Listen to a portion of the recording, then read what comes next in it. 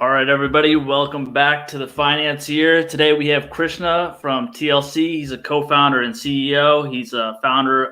He's a charter member of TIE New Jersey as well.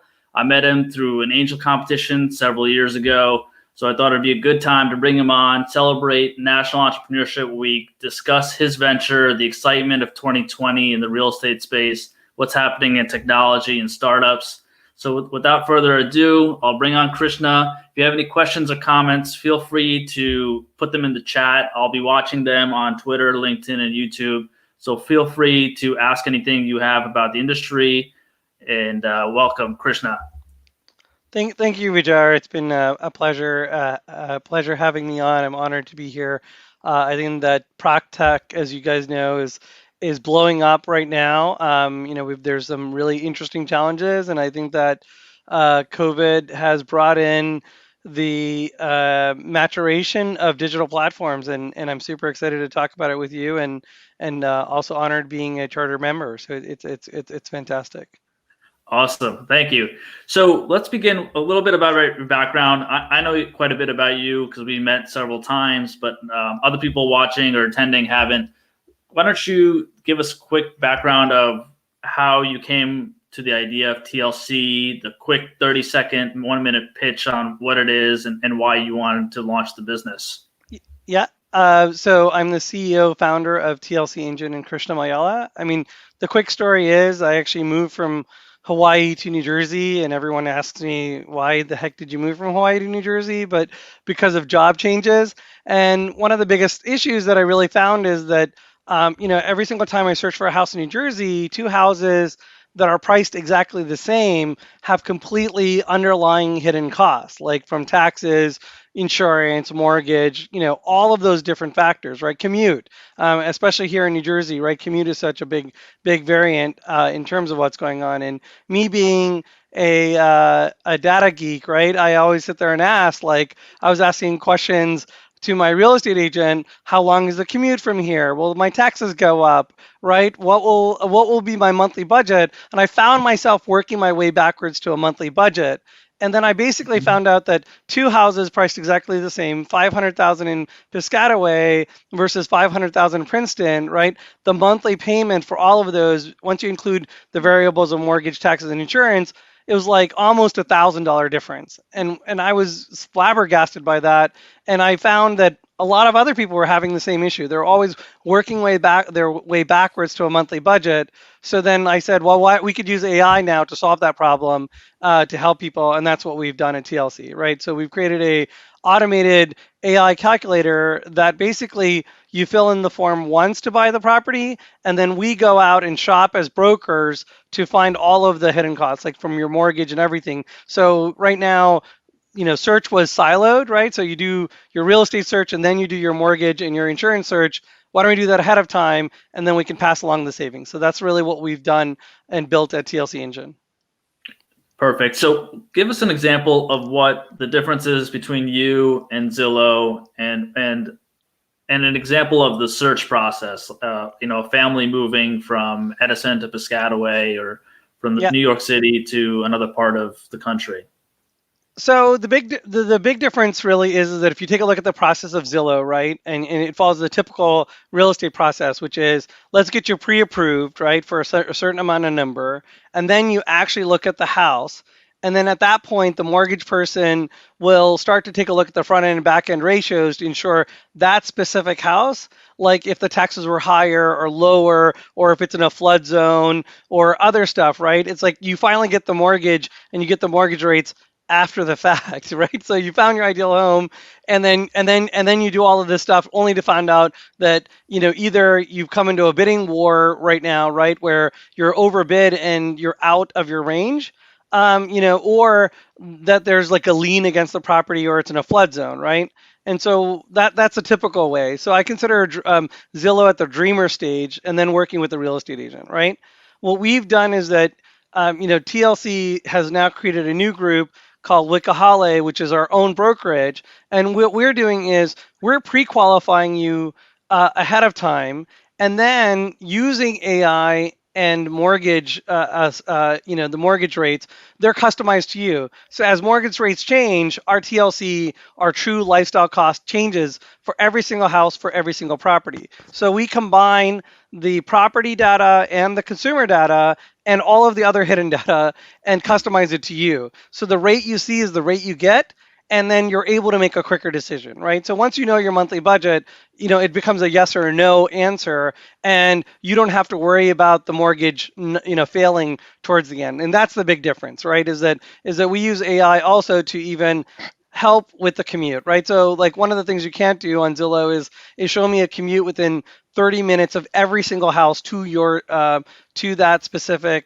property, right? But we do it for every single property based on your work location. So we kind of flip some things on its head, right? So like ahead of time for your mortgage, so the back end and front end ratios, and then also for your commute, and even image search, right? Kitchens with kitchen islands, right? So the point of Zillow is to keep you on the site longer. We're further down the funnel, and our point of our software is to get you in a house as quick as possible, so you're able to move on with your life, right? And Right. not all the headaches of looking and finding a mortgage and other stuff. And that's really where AI is a fantastic tool now. Got it. So for people that haven't checked out TLCengine.com, can you just break down some of the factors on the TLC calculator? What are the hot spots, the hot buttons that people want? Or what are they searching for when they come to your website? Yeah, so really the big thing that they're searching for, right? I mean, TLC, we really white label it for brokers and agents, right? So like, on our website, it doesn't really have all the tools, and that's the reason why we're launching a new brand called Wikiholi, which will be specific for consumers to search. But what we've done with some of the brokers that we work with right now is that the big difference is searching based on your monthly budget, right? Because what you're doing with Zillows and everything else, it's still based on price, and then you're working your way backwards to a monthly budget, right? And what the big difference between TLC is that the quickest thing you can do is search based on your monthly budget, so your mortgage, utilities, and your commute all in together by creating a profile, and then also then including your commute stuff and also your mortgage rates, right? So you don't have to go to another site to figure out your mortgage rates. We have it built right in, and that's what allows us to make that change. And the other two main things that we've actually done is we've integrated image search, right? So we actually tag every single property and every single image type, so you can just sit there and say, show me the pictures of kitchens with kitchen islands, right? Or bedrooms with fireplaces, right? So very, interesting searches, but the goal is to reduce the time that you're spending on the site so that you're able to quickly find homes that meet your lifestyle, right? So that's kind of what we say, is that we really want to take a look at, meeting your lifestyle, and that's what's really important, right? Is that I think that on Zillow, you have to go to other sites like Niche or city data or something else, right, to get all of that other data. And if it's in one spot, you're able to make that decision faster. Yeah. So let's talk quickly about the data piece. The big one in the New York City area is streeteasy.com, that really helps find apartments or suitable apartments depending on someone's need or what they're looking for in a specific area or zone. How do you pull the data? What's different? And then we'll talk about who the users are from brokers and clients. Yeah. So we pull the data directly. So we have about a data lake of about 2 terabytes worth of data, amazingly enough. And we pull all of our listings directly from the source. So in New York, for example, if we have a broker there, it's going to come directly from REBNY, Real Estate Board of New York, right? In New Jersey, there's about 6 MLSs, and we actually get the data sources for those MLSs, and then we crunch all the numbers. And so we crunch all the numbers from census data, from New Jersey Transit, from MTA, from including traffic data, right? So all of that data, and then also taking a look at a 10-year history of taxes, and then doing predictive analytics on taxes. So a lot of the data that we have, right, is just gathered a ton of data, like even from the EPA for, Hmm. your MPG of your car and stuff like that, the toll roads that you have here, right? So these are all of the AI that we've actually integrated in, and also including the utilities, right? So we actually have weather data and noise data and the heating cooling systems and based on really micro targeted areas, and that's what allows us to calculate the utilities and all the other information that you typically wouldn't have even in just a regular mortgage calculator, right? Because it's the hidden costs that really kill people at the end of the day, is that the HOA fees or the doorman fees, right, especially in New York City, Right. that you're just not Yeah. aware of, and they could actually add up to around $500 a month, and that's a huge difference between even just one apartment that has it and doesn't have it, but they still have the same amenities, right? Yeah, yeah, exactly, exactly. Okay, so let's talk about. I know you target two different types of customers for your engine platform. How do brokers use it, and how do customers or retailers use it? Yeah, so brokers use it to qualify their buyers, right? So they're right now they don't have time to sit there and work with buyers that are not ready, right? And so what our tool does is that is a broker send them to their website, right? Like MikeDelRose.com in Massachusetts, and he's able to qualify those buyers really quickly and only like show 6 homes. Like for example, like he's done a great search with one of his clients, and really, what they said was, find me a 4-bedroom, 2-bath that's 35 minutes away from Boston, that has a kitchen with kitchen islands that cost between $4,000 to $4,500 a month, right? He Hmm. had 10 homes. He was able to show those 10 homes in one week and get a bid and close on the deal, right? So that's the way brokers are using it, right? On the consumer side, right, it's a collaborative search, so they're working with those brokers and agents, and now you can actually, that we're launching new here in New Jersey, Wikiholi.com, slash New Jersey, and we're also going to do it in the West Coast, is where the consumers can go directly onto the website, and pretty much everyone's doing their own search anyway, right? And so what we're doing is we're gonna start providing rebates back to the consumers, so that since they've done their search and they found their ideal home, we'll provide a rebate for all of the work that they've done, right? So then really our agents are just opening doors for them and helping them Yeah, negotiate and making sure that there's nothing wrong in the inspection stage. So it's a different model, and so it's going to be on that model, but using a brokerage called Wikiholi. got it, got it. And I think last time we spoke, you had a big presence, or you had just entered the Florida market too, right? Were you taking care of the Florida MLS listings? Yes, we were in Florida, but the bigger thing that we just talked about was actually in the Canadian Real Estate Association, right? So we've actually done some test markets in the Canadian Real Estate Associations. They saw a huge uptick in terms of a 25% uptick by having the TLC calculator on their site, and so then we're going to be going nationwide in the Canadian Real Estate Association. So if you go to realtor.ca right now, in certain markets, Halifax, Edmonton, and uh, in Ottawa, in Hmm. certain sites, you'll actually see our cost of living calculator. So that's really where we've really gone big. And the other one that we have is in Rochester and Buffalo. So but we'll be coming back into Florida soon because they're actually going through a rebrand right now. Got it, got it. Okay, so tell us about the new brokerage side, why you opened that up, and then what you've seen in 2020. Obviously, there's been a lot of movement in the last 12 months. Yeah. Let me talk about the second question first, and then I'll tell you like kind of what we're going to be doing. So I think that the biggest thing and the challenges that you see is that Zillow and CoStar has made huge moves in prop tech, right? CoStar bought HomeSnap in terms of what's going on, and then you saw Zillow, Zillow buy ShowingTime just recently, and so I think that those two moves are really geared towards understanding of end-to-end systems, right? So CoStar is really big in commercial, but some of the models that they're looking at is what's happened in Australia, for example, right? They were specifically saying, if you're listing your house, right, why don't you just pay a small fee to list your house, and there's really no buyer's agent side. So that's the Hmm. model that they're going after. Where Zillow, with showing time, wanted to get people inside the homes quicker, right? And they're competing on the open door front. And so they're saying, they're basically saying, how can we get you into a house quicker? And their model is that they wanted to charge a 1% convenience fee by if you get the, house, the mortgage, and everything else through them, right?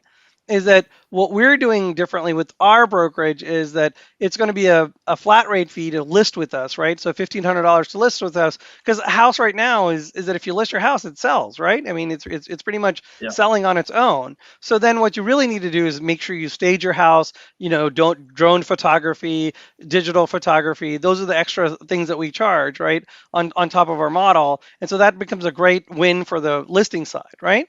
On the Yeah. buyer side, right, is that if you're using our agency, what we're going to do is that since you do most of the work search on our platform, if you do all of that work and you pre-fill it, because of the fact that we're using APIs to automate the mortgage application, the insurance, the title, and all that other stuff, we bundle all that together and we'll pass some of that savings back to the buyer, right? And so that could be, anywhere between, on a typical house, it could be $5,000 to $10,000 as a rebate, and they can either use that to buy down points for the mortgage, and that could save, $50,000, over the life of the loan. So it's just different, right? Our automation is that the rates that you see is fully automated into our system, and we believe that that's going to give a higher uptick, in terms of conversions, right? Because you don't have to go and search for all of those other factors because you're going to buy them anyway, and it might as well do it as a one-stop shop.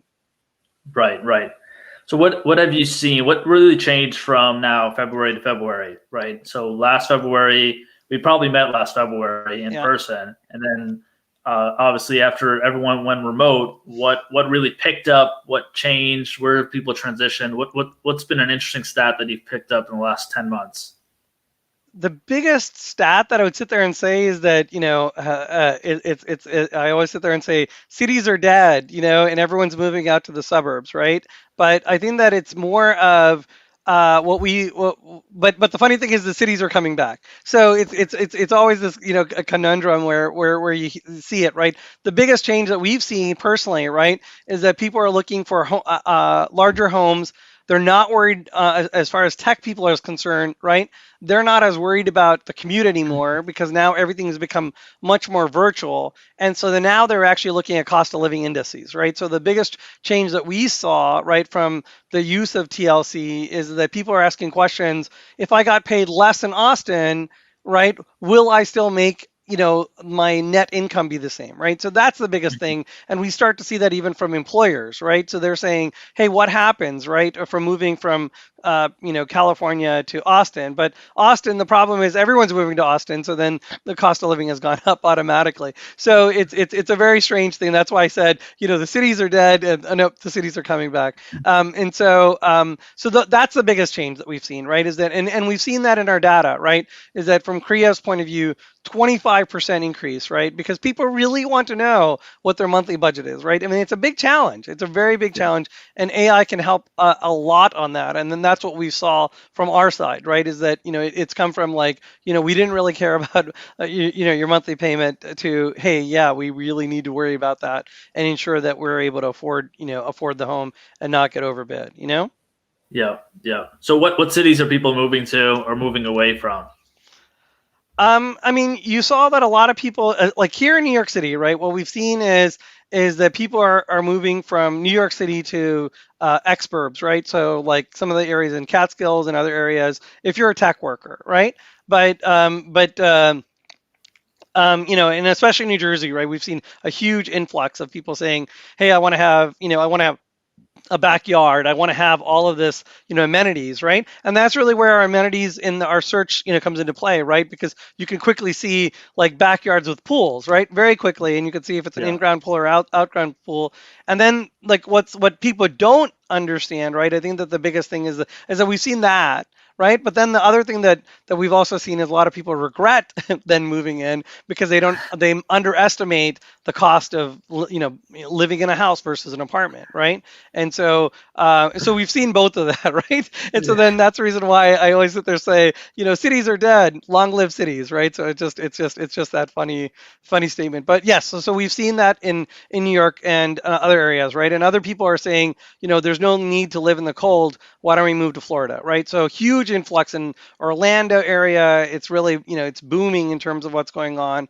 And I think that we're starting to see that change, but there's some new challenges that you'll see, right? That we've even seen, like yesterday's Texas weird storm, right? And so then so what does that mean, right? Because some of these houses actually don't have heating, right? They got to Right. plug in, and you're like, Yeah. wait, what?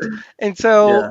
so I think that's what it is, right? So we're starting to see this like amalgamation of more data that's going to allow us to make better decisions, right? So like, not only what is commute, like we're starting to ask like what is commute, and I'm very much interested in looking the forward looking stuff of what's going to happen with like hyperloops and self-driving cars, right? I think that it's going to really drastically change real estate in a very interesting way, where if you can work while you're self-driving car, that gives you a longer work period, right? So I think that the future of work is what's really changing. That's really changed, right, from 2020 to 2021, right? So like I think that was the biggest change is that work is completely different.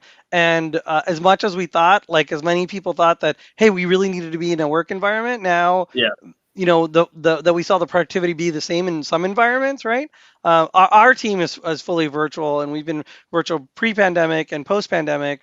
But there are values of the interactions, right? I mean, I think that's what I love about Thai, right? And I love about that is that those interactions that we get when we have those meetings. So I think that's something that I look forward to, coming back. Yeah, absolutely. Same here. Definitely, definitely. So, well, before we end, why don't we talk about some of the growing pains that you've experienced either last year or since you started, and then we'll talk about 2021.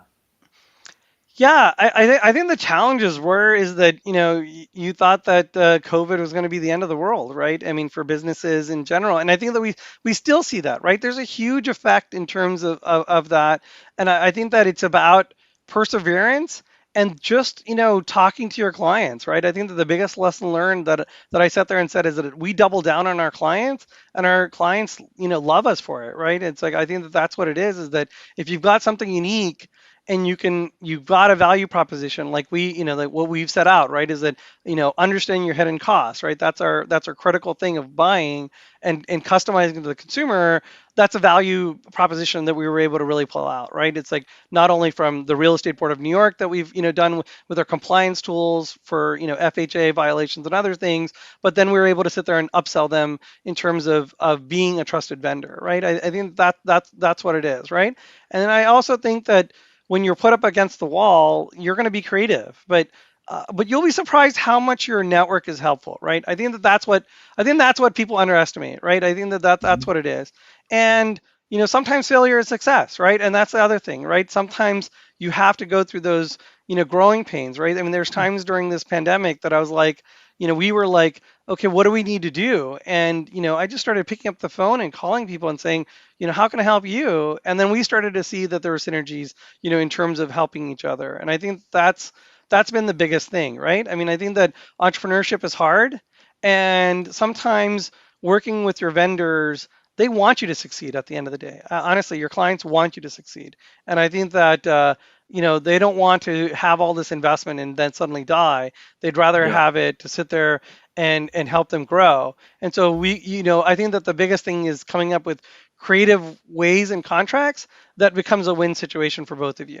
And that's what I would sit there and say. And reach out to your network. I mean, that's why I love Thai. I love the NJ Tech meetups, right? I mean, they're a great resource. I mean, if you haven't used the NJ EDA, you're missing out. And I think that there's so many people that want to build that ecosystem, not only here in New York, but in New York City, in New Jersey, and that localness is very important. So you'll be surprised, what local really means. And I think that 2020, really put front and center, right? You really knew Yeah. who was there for you, and Yeah. it's just a matter, again, it's just a matter of asking for help, right? So I think that that's the biggest thing that that I always sit there and take away is that you never know. I have a golden statement that I always ask is that I always say, which is you never know until you ask, and what's the worst they're going to say is no. And so, Yeah. and if you can get through those two things, and no doesn't necessarily mean no, meaning that maybe there's come up with creative ways to make it happen, right? And I think that that's what we've done with some of our contracts, and that's what's allowed us to grow from where we are. And that comes from from Real Estate Board of New York and the Canadian Real Estate Association, and they've been fantastic. Perfect. So what are your predictions for this year? What do you think is going to happen as we reopen and roll out again? Well, I mean, interest rates are so low, right? Prop tech is so hot. I think that we're gonna, we saw like, paper and fax is still happening in 2000, and suddenly it's all gone, right? And so I think that we're gonna start to see the reopening, but until the vaccines are widespread, it's gonna be tough, right?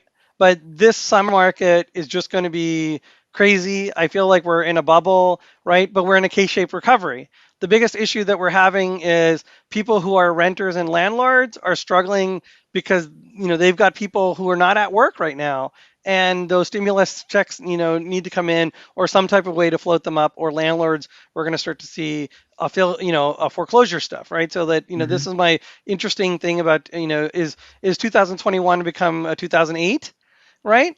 And that's the question. Or are we going to get enough stimulus to come back in to really help out? And I think that tools like ours, by providing rebates and other aspects of it, is going to help in that process. So I think that that's the big thing that I see. And you're going to come up with a new normal, right? So the new normal is going to be work-life balance that we've never seen before, and that people understanding it better, right? I mean, I was super proud, just even the other day of Bubble and the CEO there pressing the button with her baby, right? And that that was amazing, right? And so I think that, I mean, it's a really proud moment, right? And so I think that we're going to start to see that work-life balance is huge. And I'm looking forward to that, right? So like, I think that the one thing out of the pandemic for me personally is I'm the closest I've ever been with my family because I've always traveled. And so it's been a blessing in disguise. And I don't think that so I'm actually thinking about how I can mitigate that, going forward, because it's such a it's a wonderful thing. So I think everyone Yeah. feels that way, right? But I think that Yeah. that's when we're gonna get closer. Like I can't wait for our ties events to start over, and it's gonna feel that is our family, right? So that's the cool part. Yeah, absolutely. So when we first met, you were in the fundraising stage. Why don't we quickly just talk about where you are today, and why you haven't maybe sold, given how hot the market is, or something of the sort? Great question. So we actually, like I said, I think in the 2020 we hunkered down and we really focused on our consumer, our current vendors. And then what we've done for this year, we are going to be doing fundraising now. And what we're looking for is really proving out that model that where there's a person like Mike Delpreet that talks about better conversion, right? Even Open Door, right? They've got a Mhm. mortgage company. Even Redfin has a mortgage company, but nobody's integrated that in, right? And what we see is that once you can start to prove that the uptick model, right, is going to happen, and we can prove it, that's really where we're going to start to raise our capital. So we are doing a capital raise right now, but we wanted to ensure that our customers are completely happy, and that double down actually worked, right? And so the thing is, this is that you'll start to see the announcement of portals that we have in the Northeast very soon, where consumers can go directly to our websites under the new brand and search for their ideal home, right, based on their monthly budget. And I think that's going to be the big, that's going to be the big thing, right, in terms of what we're doing, and the fundraising will come because there's some amazing technology that we have that in our labs that we've been working on, like an Alexa app, right? We believe in an omni-channel stuff to know exactly how much our home is worth. So we're working on that, and we're also working on. We're just about to launch that we've actually gathered every single public transit system in the U.S. And Yeah. so then you can we've actually can tell you based on hexagons uh, uh, how far you can actually commute based on your exact work location. And so it then will integrate those costs in. So it's going to be a huge year for us, and those technologies is what's going to increase our valuation, which we've already seen. And so the reason why we're looking for is that we're looking for the right partners to really take their step forward. And some of the larger players that we see that have been in the space that are changing it, we're looking for the right fit. And I think that but sometimes like you don't need to sit there and the biggest advice that I give to people that are fundraising, right, is that make sure your fundamentals are correct, right? I mean, once you get your ARR and MMR is straight, and you can really understand your TAM, right? And that was the big change for us, right? The total addressable market changed once we added mortgage, car insurance, and homeowners insurance. Being a broker in between for all of those services and passing along those savings, that's when the big change, right? Is because it opened up our total addressable market to the whole fintech space, and that's what's allowing us to do this fundraise now. So it's just timing, right? Timing is very important in Yeah. any business. Absolutely. So we definitely went well beyond what I was expecting. This is great. Tell us where we can find you, how we can contact either you or TLC, and then just put in anything that you want at the end of this clip. Yeah, so you can reach out to me at just Krishna at TLCengine.com. The nomenclature to easy remember is tender loving care or true lifestyle cost. Hit me up at K Malyala for on Instagram or Twitter, and on my LinkedIn, right? So just look for me, Krishna Malyala. Being a White House Presidential Innovation Fellow, it really helps you get up on top of the list. So I've mentored a lot within the in the prop tech space. I've been an NAR mentor, and so that if you guys want to reach out to me, I'm always glad to pay it forward, because it's people like you, Vijar, and Ty that helps us, and helps us, and then we want to play it forward. And I'd love to help anyone that wants to any way I can help. I'd love to. Yep, appreciate it. Definitely appreciate it. It's a big week. I get a couple more of these live streams with other Thai members, so I'm very excited to see what else people have in store. So thank you again, Krishna. We'll be signing off. I'll be doing the same thing tomorrow at 2 p.m. We'll be having more people talk about the startup venture ecosystem, from prop tech to venture investing and angel investing. So thank you again. Until then, I'll see everyone tomorrow. Thanks, Vijar. Keep up the great work. Thanks, Krishna. Yep. Bye.